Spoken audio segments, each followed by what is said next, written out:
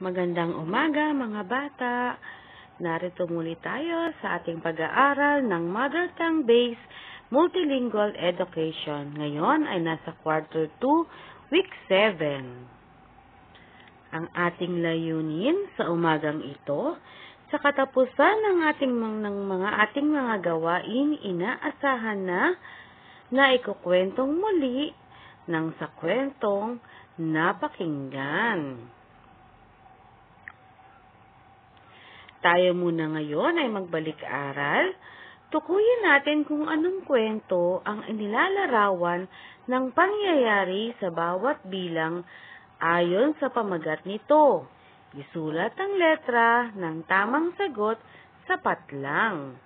Narito, A. Ito ba ay alamat ng pinya? B. Ang kamatis ni Peles? C. Si Pagong at si Matching? D. Si Langgam at si Tipaklong? Si Wako at ang Pilyong Kwago. Nandyan ang mga kwento. Okay, simulan na natin. Number 1. Nilamangan ni Matching si Pagong. Ano kayang kwento ito? Okay, tama. Letter C. Si Pagong at si Matching. Okay, ikalawa. Nagalit ang engkantada kay Pina, kaya siya ginawang pinya. Ano kayang kwento ito? Okay, A. Alamat ng pinya. Ikatlo. Nagbago si Wako ng kanyang pag-uugali. Ano kayang kwento? Tama, letter E. Si Wako at ang Pilyong Kwago. Next, humingi ng tulong si Tipaklong kay Langgam. Anong kwento kaya ito? Tama. D. Si Langgam at si Tipaklong. At ang panghuli, nagsipag magtanim ng kamatis si Peles. Okay, very good. Letter B. Ang kamatis si Peles. Mahusay mga bata. Ngayon, kamusta na ba kayo? Okay, mahilig ba kayong magbasa o makinig ng kwento? O ngayon, ikinakwento mo na rin ba sa iba ang iyong mga nabasa o nadinig? Okay, very good. Magaling kung sa gayon. Alam niyo ba mga bata na ang pagkukwento ay isang sining ng paglalahad muli ng mahahalagang detalye mula sa isang akda. At sa pagkukwentong muli, o sa pagsasalaysay ng isang akda, may mahalaga tayong kailangan nating mahalagang mabanggit ang mga sumusunod na to na mga paalala ni teacher. Una, ano ang pamagat? Ikalawa, sino ang mga tauhan at saan ang tagpuan? At ikatlo, ano ang mga mahahalagang pangyayari sa kwento? Tandaan niyo yan mga bata. At habang ginagawa mo ang pagkukwentong muli, lagi mong tatandaan na maging masigla sa pagkukwento.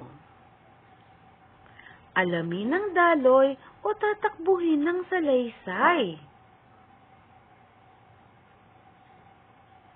Maging pamilyar sa kilos o gawi ng mga tauhan.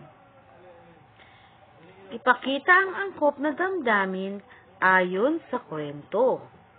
At buod lamang o mahahalagang bahagi ang isasalaysay. Okay, ngayon, subukin na natin. Pakinggang mabuti ang babasahin kong kwento at mamaya ay may gagawin kayo. Ang kwento natin ngayon ay tungkol kay Langgam, si Langgam at si Tipaklong na muling isinalaysay ni Virgilio F. Almario at iginuhit ni Renato Gamos. O handa na ba kayong makinig mga bata? Ito si masipag, masikap na Langgam. Maghapon ang gawa ay maghanap buhay. matipid at ayaw na may nasasayang. Kaya iniipon kahit munting bagay. Ito naman si Tipaklong. Siya'y tamad at bulakbol. Walang ginagawa sa buong maghapon. Pasayaw-sayaw lang at patalon-talon. At di iniisip ang lungkot at gutom. Kaibigang Langgam, halika't maglaro, sabi ni Tipaklong na pabiro-biro.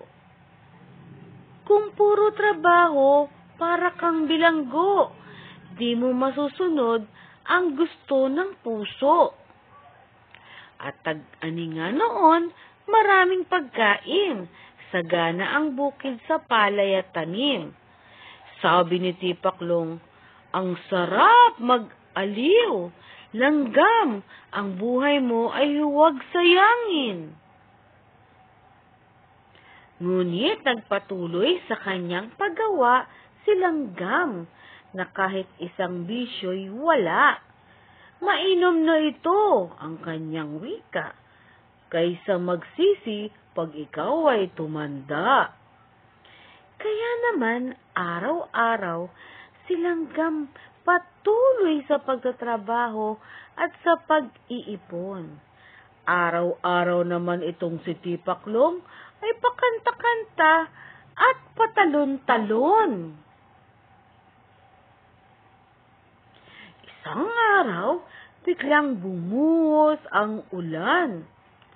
Naku, bagyo na yata, ang sigaw ni Langgam. Noon lang tumigil na maghanap buhay, saka dali-daling umuwi ng bahay. Si Tipaklong naman ngayon ay nalito, nahinto sa kanyang kanta at paglukso. Nagpayong ng dahon at saka tumakbo. Dahil walang bahay, nagsiksik sa damo. Lumakas at lumakas ang ulan at hindi tumigil. Nakatatakot pa ang lakas ng hangin. Maraming nasirang kahoy at pananim at waring babaha sa buong bukirin. Dahil giniginaw at tiyan ay masakit, itong si Tipaklong ay di na nakatiis. Ang bahay ni Langgam tinakbong mabilis at saka kumatok na naghihinagpis.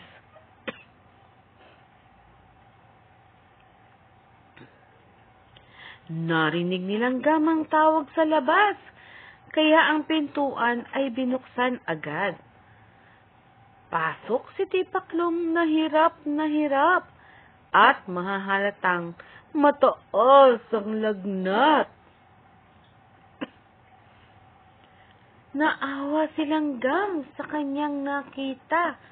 Ngayon, pobreng-pobre ang dating masaya.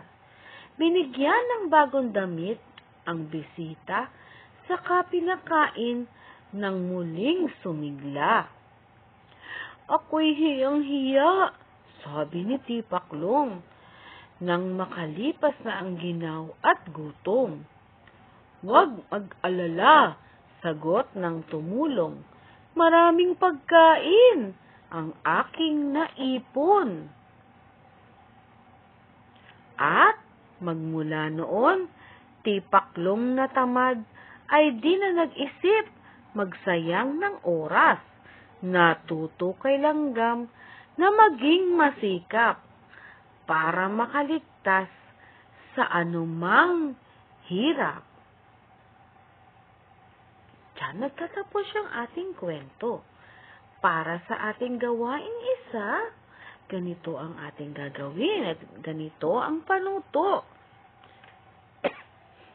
Lagyan ng check ang patlang kung dapat mong ibahagi ang nilalaman sa iyong pagkukwentong muli. Lagyan naman ng X kung hindi mo na to kailangang isama dahil ito'y nangyari o hindi na mahalaga pa dahil hindi ito nangyari at hindi ito mahalaga pa. Sige mga bata, simulan na natin. Number 1. Magkaibigan, sila langgam at tipaklong. Ano ang inyong sagot? Okay, tama. Check. Next. Masipag at mahilig mag-ipon ng pagkain, si langgam. Ano ang inyong sagot? Tama. Check. Ikatlo. Tamad at mahilig maglaro, si tipaklong. Ekis. Next. Nang dumating ang tag-ulan, ay walang makain si tipaklong. Pinatuloy siya ni langgam at binigyan ng pagkain. Ano ang inyong sagot? Tama, check.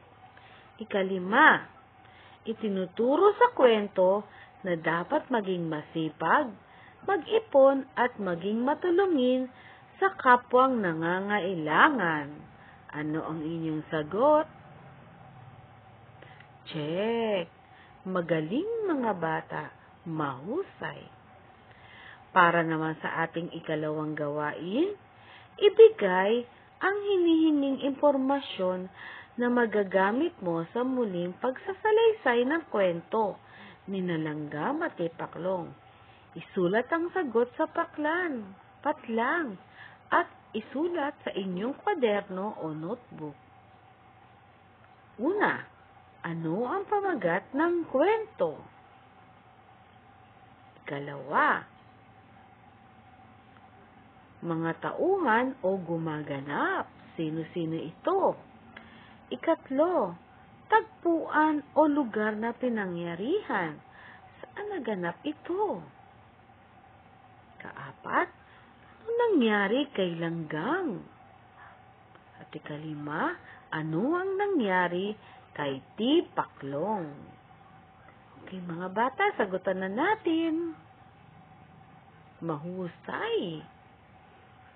At lagi nating isaisip sa pagkukwento o pagsasalaysay, dapat na mailahad mo ang mahalagang detalye o impormasyon. Tandaan at isulat sa notebook. Ngayon, para sa ating pagtataya, isalaysay muli o ikwento muli ang kwento ni langgam at tipaklong. Gumuhit ng masayang muka kung naisagawa ang nakasaad sa batayan. Gumuhit naman ng malungkot na muka kung hindi ito naisagawa. Narito ang batayan. Basahing mabuti at lagyan ng sagot. Tapos na mga bata. Para sa ating karagdagang gawain, sagutan niyo ito at basahin. Natutunan mo sa araling ito ang pagsasalaysay o pagku-blank. Dapat na mailahad mo ang mahalagang detalye o impormasyon. Ano ito mga bata? Sagutan sa inyong kwaderno o notebook. At salamat at paalam na mga bata, hanggang sa muli nating pagkikita sa Mother Tongue. Paalam na mga bata. Bye!